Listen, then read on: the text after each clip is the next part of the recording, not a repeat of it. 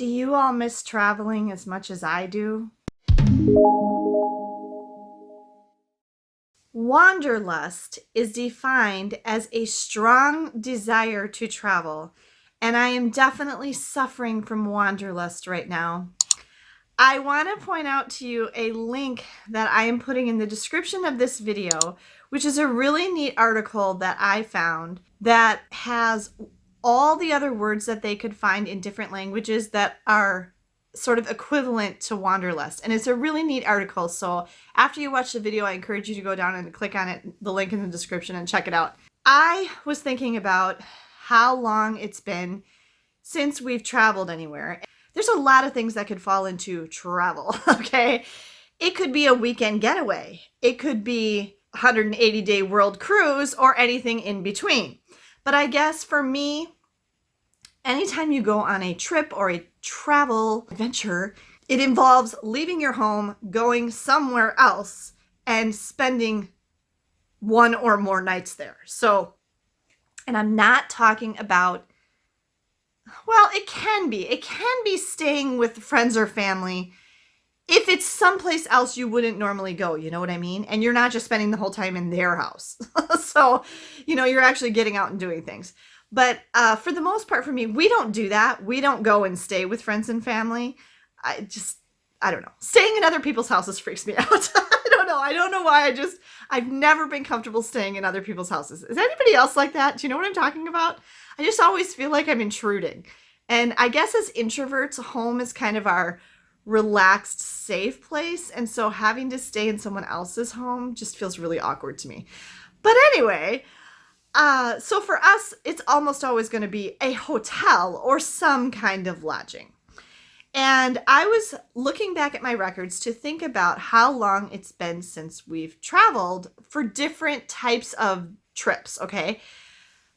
First of all, cruising. My first cruise I did not go on until I was 28 years old. So my children definitely have a huge advantage over me because my son Andrew, his first cruise was when he was 4 with me and on the Disney Magic. And Ben's first cruise was when he was 9, I think. And Megan really went out. Her first cruise was when she was 5 months old.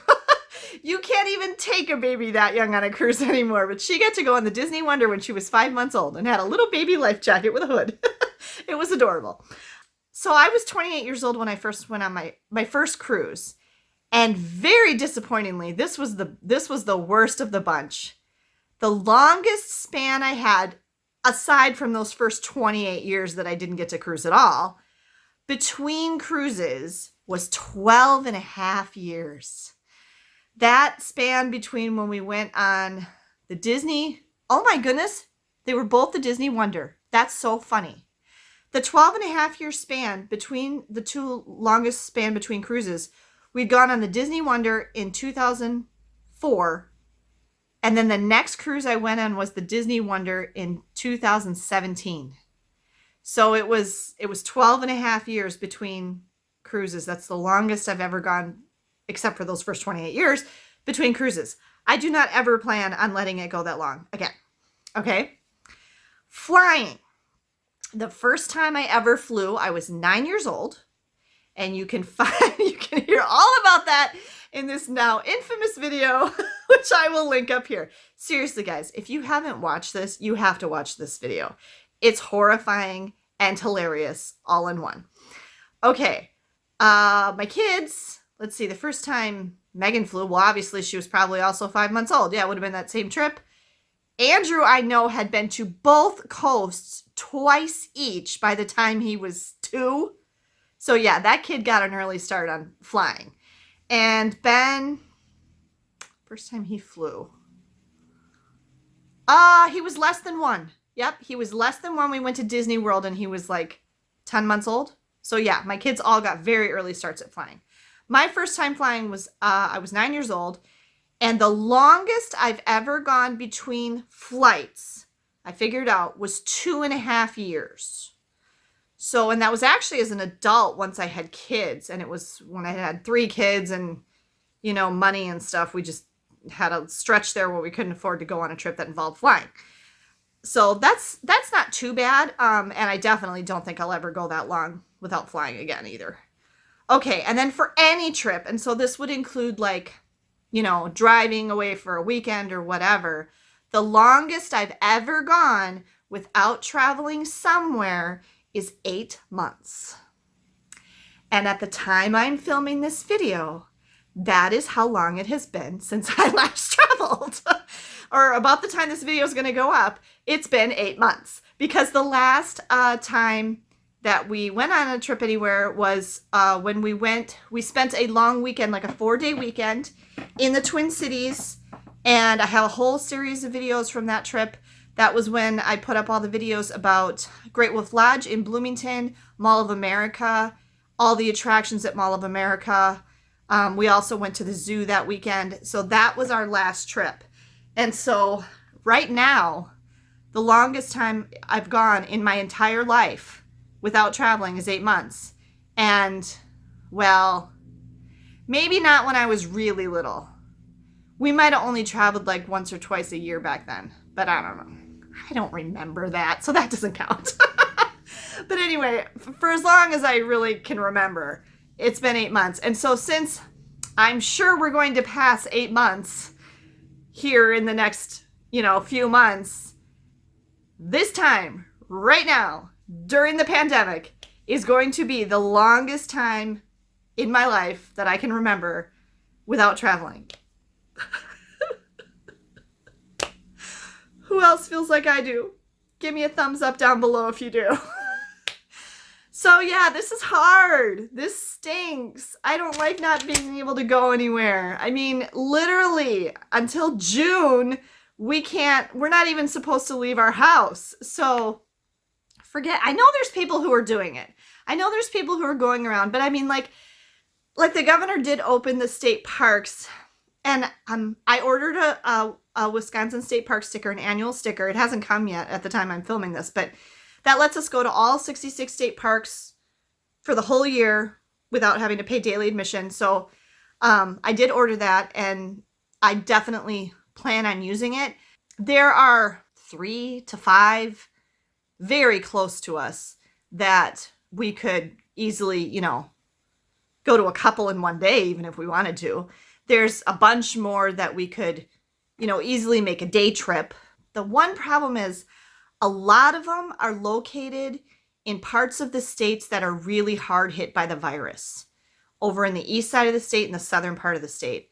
When you get down into where the bottom of Wisconsin starts to run into like the suburbs of Chicago, that area of the state is really hit hard. And so I don't really feel comfortable, going to those parts of the state right now. So we'll see how much I'm actually going to get use out of it. But I do hope to make some videos about those little adventures when we can finally leave our house again and leave our town. This is tough. And so I guess I wanted to ask you guys, I just don't feel at ease about planning anything right now. Do any of you have anything actually planned that you think you really probably will be able to do yet in 2020? I'd really like to put those in the comments. I don't have anything planned in 2020. I've got a hotel reservation at a hotel in Chicago over Thanksgiving break that I changed. I had it booked for spring break, which obviously didn't happen. I'm not even sure that we would be going there over Thanksgiving break because, like I said, Chicago's a pretty hot spot. Any kind of big city or anything like that might be something that I want to avoid for a while. So I'm not even sure we'll do that. So I really have nothing else planned at all. I mean, I have all sorts of ideas going around my head of things that we might do that involve going out in nature and places where social distancing is super easy. Do any of you have any thoughts like that? What are your thoughts and what are your plans for the rest of 2020? And are they things that you think will likely get canceled on you, like cruises, or that you think you might change your mind about yet? I'd really like to hear from other people and see what you think. Put those in the comments below. And then if you don't have anything planned or any intentions for the rest of this year, when is your next trip booked? For us, that's actually it would be Megan's trip to Switzerland and France, which she was supposed to go on, basically right now. She was supposed to be going on that here in June. That obviously isn't going to happen because you can't travel to Europe right now. And so that's been postponed to next summer. We haven't gotten any new details about that yet, and I'm not too concerned about it. To be quite frank, we're still a little bit like, we'll see. Maybe it'll happen, maybe it won't. We don't know. We'll just have to wait and see. I mean, we are happy that she might still get that opportunity, but we're just going to have to wait and see how things are, a year from now.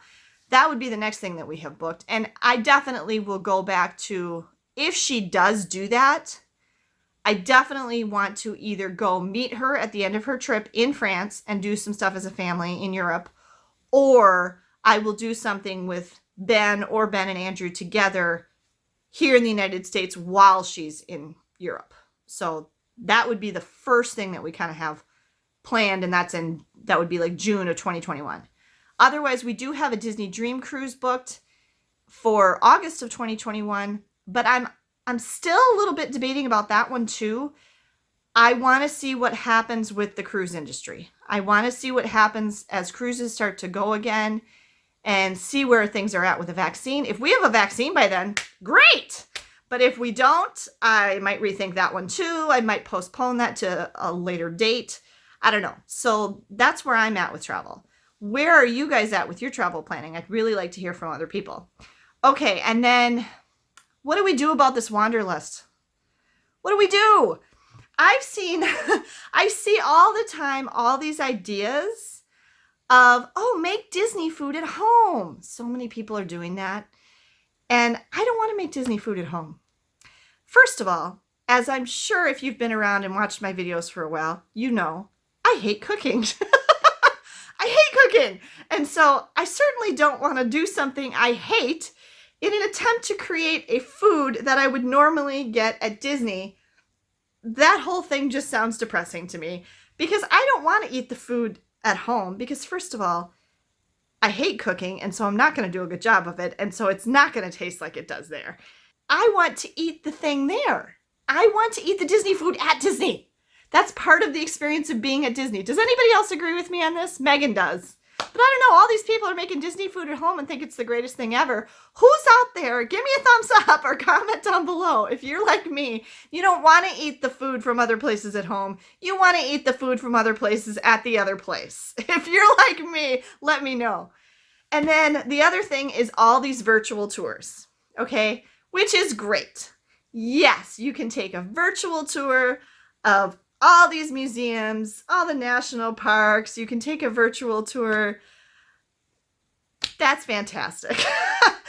But aren't we all just sitting on our computers all day anyway, as it is? It's not the same. It's just not.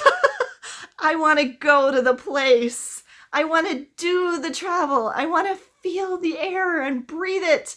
I want to hear the ocean. Because I'm standing on the beach, not because it's coming through my computer speakers. You know what I mean? Does anybody else feel the way I do?